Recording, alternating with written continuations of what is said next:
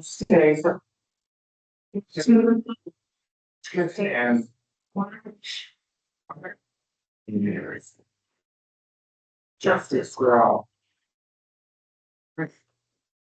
What do you have for? Thank you very much. First up this evening, department head updates. Rusty? I don't have much. Everything's going okay. Our snowbanks are huge. Everything's going pretty smooth. We did catch Ricky, who was here. That might go.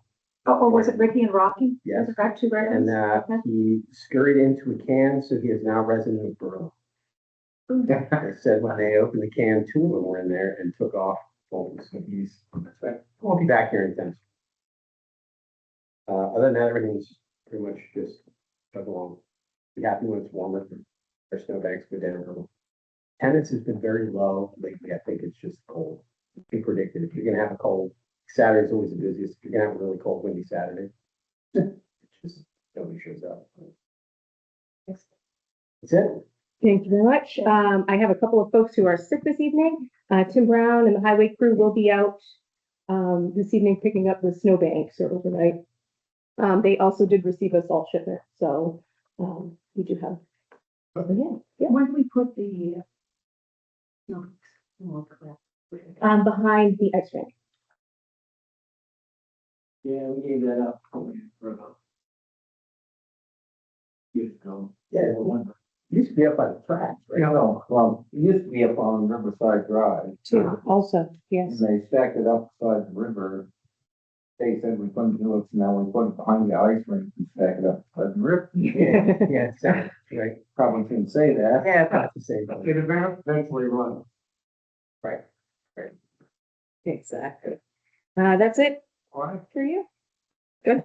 No appointments this evening. Next up are the review of minutes for January 20th, 2026, regular.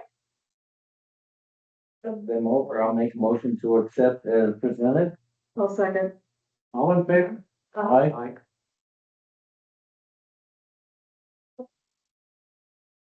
And next up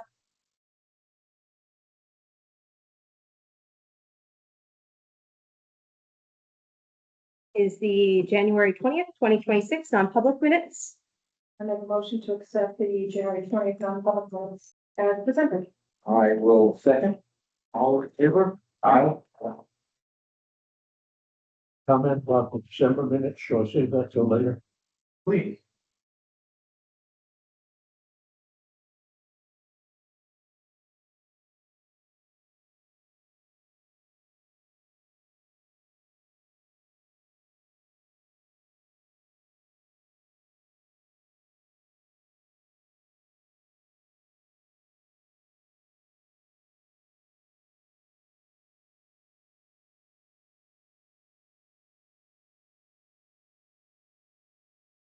Thank you. Next up this evening, new business. Yeah, I'm sorry, signed various paperwork for the tax collector appointment for Jared Baker.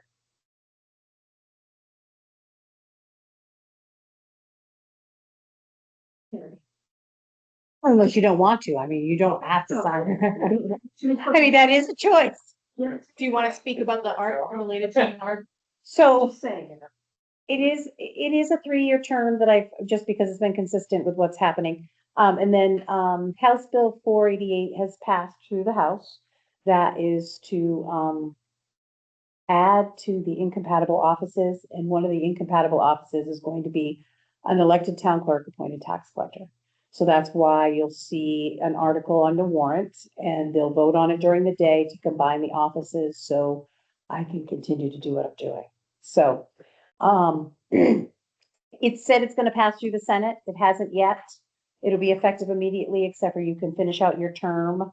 But with the adoption of the combining, I have to run on next year's ballot as one position, town clerk, tax collector. So it'll come up again. Hopefully, the same as will. Necessary. I think some work still needs to be done. Yeah. By any chance, do you have a sense of number of towns that have elected? There are quite a few. I don't have any idea of numbers. A lot of times, like I think in like our case, I hold both of them, so maybe the legislator doesn't know that it's not actually combined. So, and I know there's a lot of towns, small towns up here, one person runs the office, so it makes it difficult for them. So, yeah, it'll be interesting. Practical matters. Should be something that all of us need to contact our legislators and the state senator and Yep. Yep.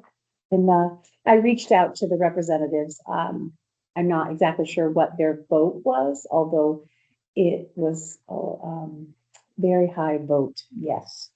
There was not many no votes, so On the house side. on the House.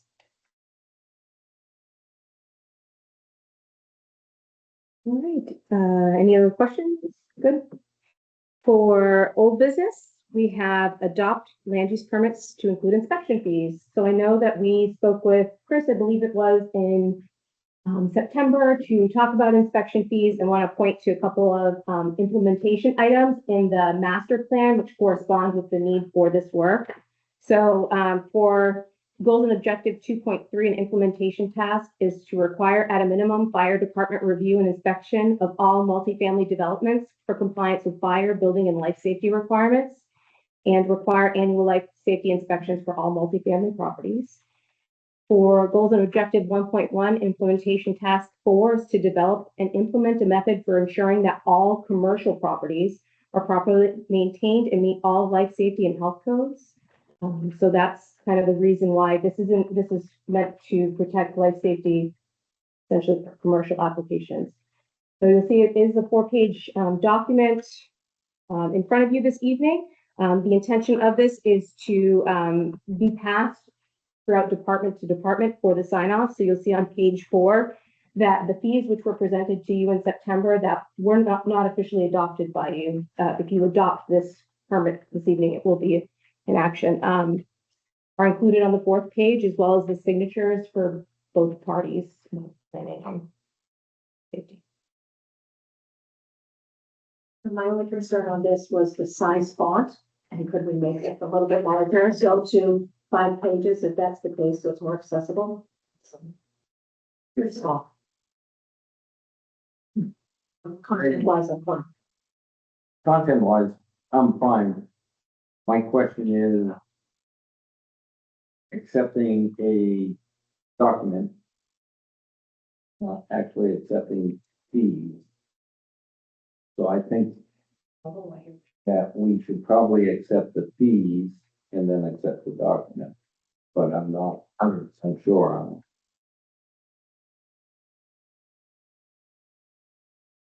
I think the intention was that if the document included the fees, that it would be one umbrella, but I think, I- feel free to make the motion for the fees and then. Yeah, so, like I said, I'm thinking of going, okay, accepting a document, it's not necessarily accepting fees, but I will make a motion to accept the fees as stated in the new document. All in favor? Okay. Aye. I will make a motion to accept the document, including the recently approved fees with an increased font size. Second. All in favor? Aye. Aye. Wonderful, thank you. Next up this evening is select board member reports. All right, I do have some. So municipal parking lot on Bunker Hill Street. That is pretty fast. And we thought about doing some.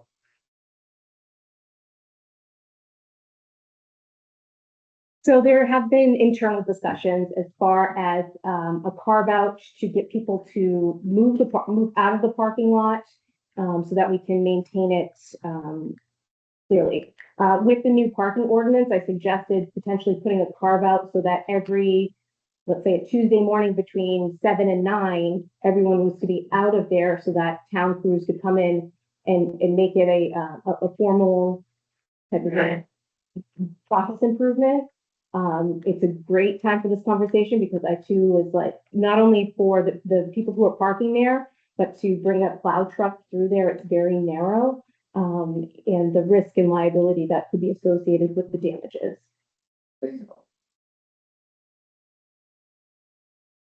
Sitting there, and I understand the problem, but we also already had a parking ordinance that says those parking lots should be cleared. And so, can't park on Main Street during a snowstorm and not move your car. I know. No, but the other municipal one doesn't seem wrong. Is this because having to do with the leases in the apartments Well, that's. versus the town?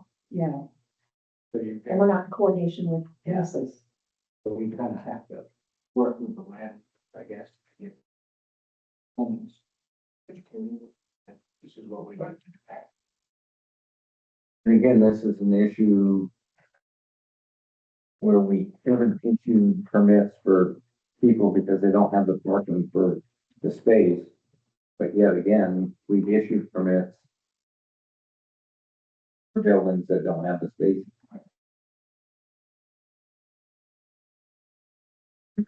Just needs to be made plain, if your car does not move out of the municipal parking lot after a snowstorm during these hours, we're gonna tow it, and it's gonna be your responsibility. And the town would supersede a lease agreement with the private owner. It's our parking.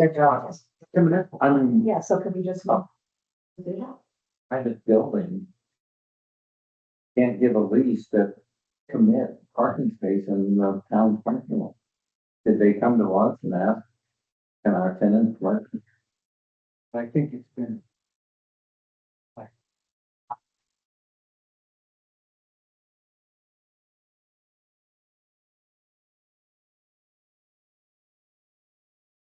Typically during the snow season, I know from when my mother was on her Middle Street. Parking was in the back. It was never an issue. She never had to have her car moved at a specific time. I don't ever remember that. So I think it's just, if you haven't, it's never been. You know what I mean? We don't have it, but I think that that would be probably a smart way to proceed moving forward. Yeah, that was clear. It's pretty nasty. Oh, it's fascinating. And it's always been in the ordinance they couldn't park on Main Street. Like I said, I've been called there, but so.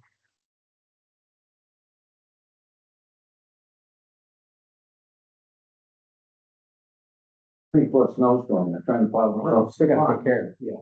And we're not having these issues on the Canal Street side, but again, I think that having some sort of carve out for a routine time would be easy to facilitate moving forward without having to issue.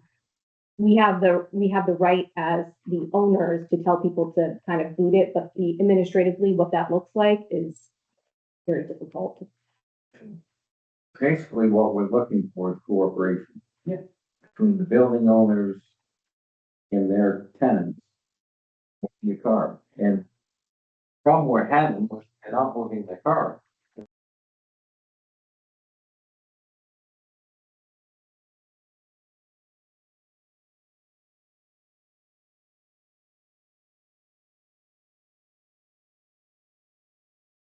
Just what would those next steps be? We are having a public hearing for the parking ordinance. If you wish to see a certain item folded into those. Something you decide right now, or when is when is? It has been posted, but you can make changes and have it set an alternate. Okay. I would like to. Him and them. Because if we tell the tenants, you have to move your car out of the parking lot at a certain time, during a certain time. And we need to make sure that the town can remove the snow.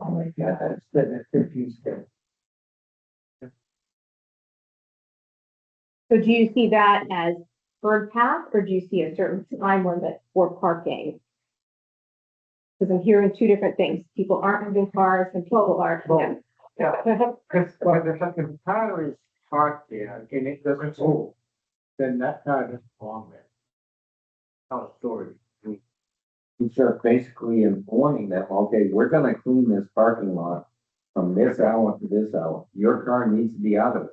If your car is not out of it, we're towing it at your expense. That's every other community. does it. And it would be reasonable for street sweeping or something, right? Yes. Yeah.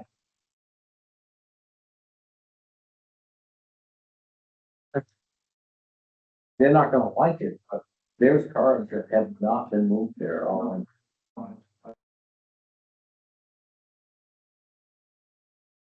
So I'm hearing maybe a motion to update the parking ordinance to include a specific time period to remove vehicles from the facilities that offer overnight parking once a week. Actually, no, I would say after each storm. Because it's a huge liability. Yeah, plowing around with it. Well, that Especially and as that tight. not maintaining that Right. piece of property. Yeah, I think part of that, you just have to think ahead is that you think we've got to clear these lots out, but you got to think about where all those people are going to go. So you have to make sure that you have somewhere logistically, like we've already done Main Street, we've already done whatever. If it's a day after the storm or whatever, they'll have room to move things during the day, you know what I mean? Because otherwise you're gonna have people saying, okay, we're going. Oh, for that parking lot, it's easy enough to go to the municipal parking lot across the street. Right. Clear. During the night, early morning. So, you need to move your car out of the parking lot from 10 a.m. until 5 p.m. so we can clean it.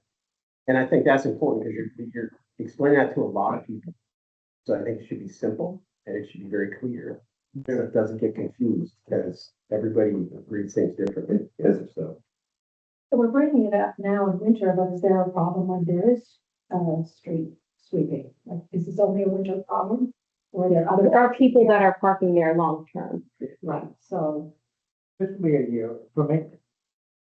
ongoing, And like I said, I not just. tend to hate to put a certain time on it because. Well, if you can put a carve out or after, properly noticed after the snowstorm. Yeah, I mean. you get- Well, like that, It's not like a residential residential. notice or whatever. For a public notice, whether it's resident notice and Facebook notice or those count as And corporate. until we start instituting parking and.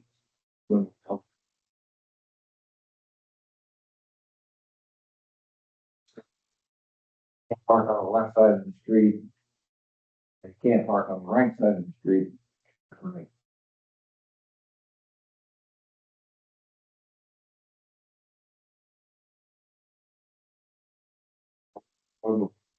Final line. The hearing is your next meeting, the 17th, but he can be available for that. And we can maybe potentially draft something to put in front of you into the plan. Oh, yeah.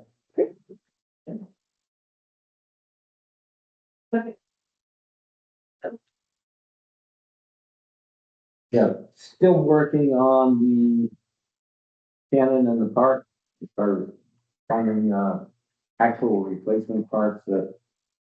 The.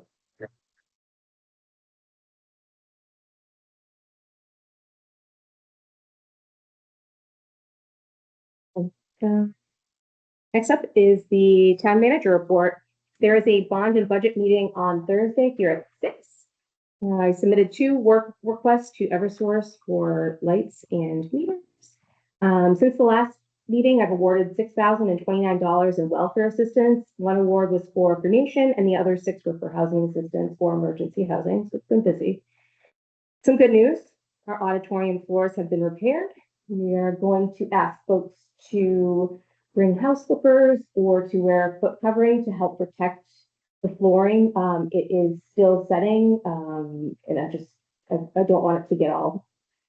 It should be good for Thursday, but to protect the investment, we're working on getting runners and have secured a beautiful donation to help protect the floor.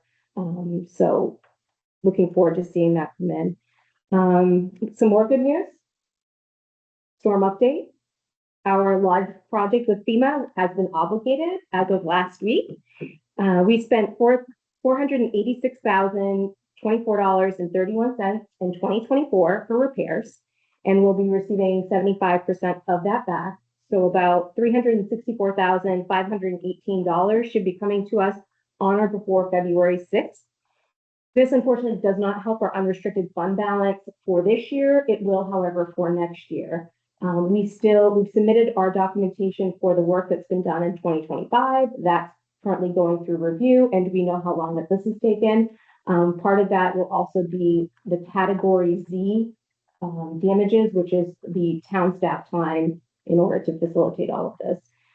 So we will be also submitting for that as well. We have one outstanding item, which is a community camp bridge. That's some damages which we've received an extension from, and we have to complete that this summer. Repairs. So does this close out 2024? The damages for 2024. Yep, so we'll still have 2025 damages, anything we do in 26, and our management fees. So, Historic thing, yeah, for effect of that. just rapid response of our federal. And, you know, we have to think of everything that's kind of happened last year, and I feel for them. I've had a number of different FEMA contacts. The one kind of steady person has been in contact through the state, so I want to thank Holly for all of her work with us. I know it haven't been easy to deal with that sometimes, but I'm just glad that, you know, we're going to be seeing these monies come back to us and that these roads are up to great condition. So that's it for that. Information this evening, planning board meeting notice for February 11th, 2026. And we have a land use permit for J. Morgan, 23 Depot Street. Installation demo to studs, new sheetrock installation, electrical rewiring, conversion of everything to propane, no change in configuration or print. And that's it this evening. Next up, public comments. Oh, right. Sorry, I missed a couple of meetings, so I've been saving up. I have several topics that I think are kind of important, and I'll throw them out and I'll try to be brief. First thing about the minutes, the December 15 minutes, which describe the community camp ad hoc group, says that Eli and Megan were there, and Eli told me he wasn't there. So I don't know how that works. But one thing, you guys aren't doing work sessions anymore, right? Yeah, we are. We just did two. Oh, yeah. Yeah, we did, January's was a non-public session, and then this evening's was called off because of the bond and budget hearing on Thursday. There we go. Sounds good. Okay. I have another question. There's been some talk about town. How many police officers do we have that are certified? And are there any whose certification is currently suspended?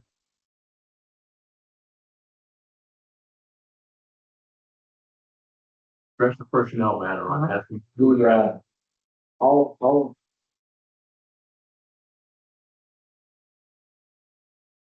Counter.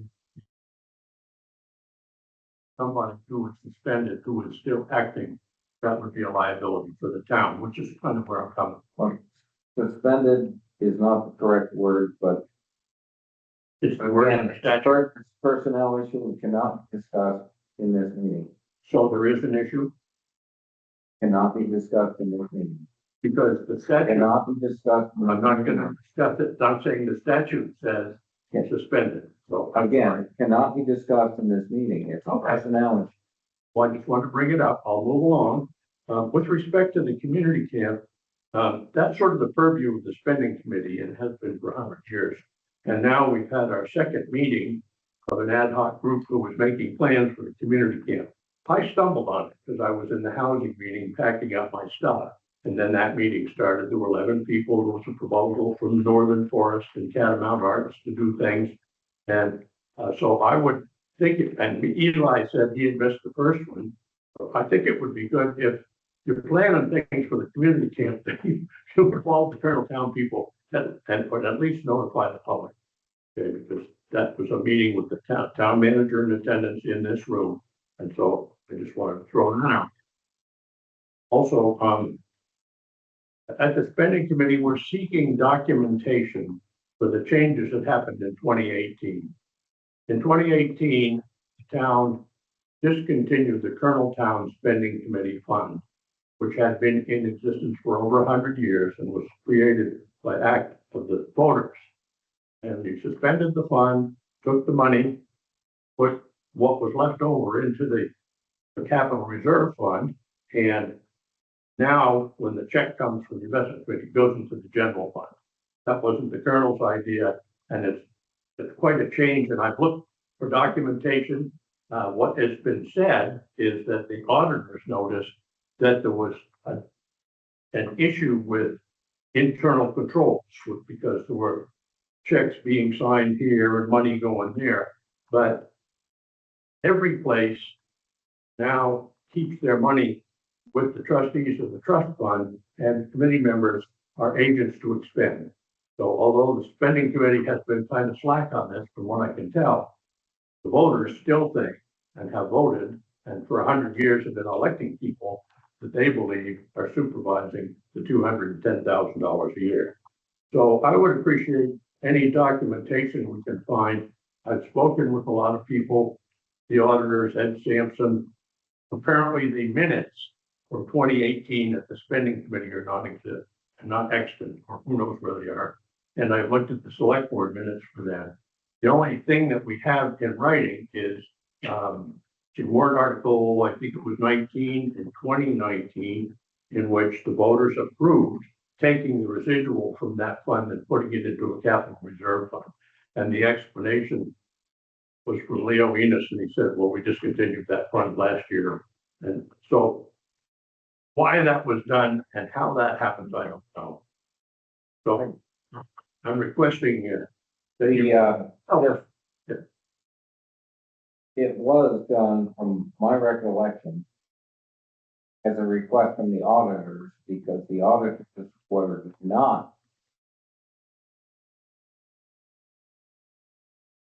well, if I may respond to that, but auditors don't keep books. Auditors review books. I looked at the auditor's opinions those years, and I didn't see anything about internal controls there. There has been one in the last year or two, part of their opinion, but even if the auditors recommended to make a major change like that, a fund that used to receive $150,000, $200,000 a year, just discontinue it when the voters have established it. And if it's the right thing, I'm not saying it's right or wrong. I'm just saying we need to have it right. Again, he just said that the voters actually approved transferring that into the capital reserve. But they did not approve discontinuing the fund or relieving the spending committee from its responsibilities. Right now, the town manager is signing for the money, and it's supposed to be the spending committee treasurer. But, I'm not trying to cause trouble. It's just when these things come up, it's nice to have them organized so they never bite anybody in the butt. If the voters want to discontinue spending, that's fine. It needs to happen by word of the voters. That's my opinion. I don't agree with Leo's explanation that that's actually what it was. The auditors recommended the change. We presented it to the voters. The voters approved it. Actually, no, there is no warrant article in 2018 addressing that, for 2017. The only one is 2019, and Maggie found that point. Again. I'm saying there wasn't one, but there was one in 2019.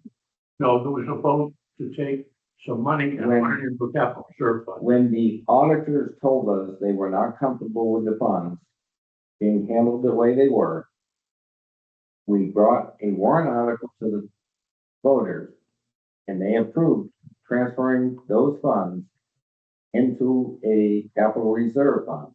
The language actually says transferring the money in from a fund that has been discontinued the previous year. And you can see that if you read the financial statements of the audit. I would love to find select board action or some official town action or voter action that said this to be done.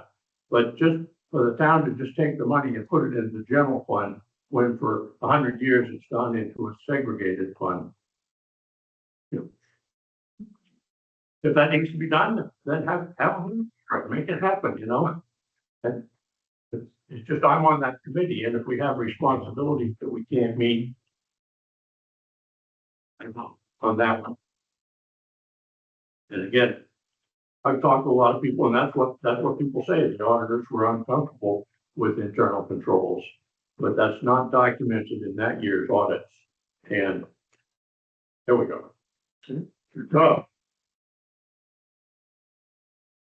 community camp, if there are going to be a committee hearing the community camp, and the Northern Forest was there, and Catamount Arts were there, and they're talking about throwing concerts, and people were applying for dirt work. If that's going to happen, then I think it would be okay if at least the spending committee notified of it, and maybe the public. That's my opinion on that one. And then, so I want to comment about Northern Forest being there because the history of Northern Forest is varied. When I started on the Conservation Commission, there was a $12,000 grant that, and the Northern Forest was supposed to do the work, and they were supposed to evaluate town forest and its expansion. There were three parts that had to be done. First, someone had the time to look and see who all the properties were, and that got done. The second thing was to have a series of public hearings to see what the people thought, and it was done. Then there was supposed to be a final report delivered. And the reason I was concerned is because the grant was written as though the Conservation Commission and the town had asked to have this done on their behalf by Northern Forest. As the treasurer and secretary of the Conservation Commission, I could find no record that the Conservation Commission was aware of this. Furthermore, every year I would ask, well, what's happened? Where's the report? Has the money been dispersed? And finally I was told, we paid that. We paid out the $12,000, but conservation has never received that final report. And to my knowledge, the town hasn't. I also noticed that Northern Forest came in here. And one of the reasons they probably didn't do it, got interested in PJ North, a bigger, more important project. But here's a project that $3.5 million to $3.6 million published figures were spent on it. And but the valuation is only 400 and some odd thousand. Not only that, they have 79E exemptions for the stuff. You know what that is? You don't have to pay taxes. Yes, but it was immediately sold to an outfit in Concord, New Hampshire. It's not even locally owned. I think 79E, in my experience, has been for businesses that are actually here and doing things. And so I just wanted to say, watch out. Work with Northern. Yeah. I'm kind of interested in that. Has that been sold to an outside? I don't know. We granted 79E to a certain organization. Offshore 79E extends to any organization that might purchase this happen. But I can't say. I can tell you, just look at the tax card. It says something around their limited partnership, Concord, New Hampshire. And it tells when it transferred and all that other stuff. Jared, did you know if 79Es are transferable? Oh, I don't know the answer to that. Sorry, that would be a Jason question. Yeah. I asked if they were transferable. I'm sorry? I asked if she knew if a 79E was transferable. Yeah, I don't know the answer Yeah, to that, I've but asked it. I can tell you that you can easily find out who owns it now. Yeah. That address is on there. I looked it up right now if you want me to. And another thing, the spending committee is doing everything they can to lighten the taxpayer's burden. And the thing that we came up with was asking the investment committee to ask the probate court if we could pay 5% instead of 4% of the deal. The investment committee has stonewalled us, has refused to meet. As far as I know, they're supposed to meet 4 times a year. They don't meet at all. And what's an issue is there would be another $55,000 that would come from the investment trust to the benefit of Coloneltown. And if there is no argument that, well, we can't do that because it would hurt the principal. Well, they've accumulated over $1.5 million of extra principal that we cannot spend because it's capital gains and it doesn't fit in the formula. So they've been making 12 or 13% a year, paying out 4% to the town and just building this big pile of money. And the easy mechanism is the law says it can be 3, 4, or 5%, which is why we asked them to do 5%. We feel that that's a very reasonable request. And So we have standing to go to the court. Our original idea was that the investment committee, since they set it up in the first place, it would be easy for them to do it. But that's hanging fire. And so last year they had their annual meeting in February.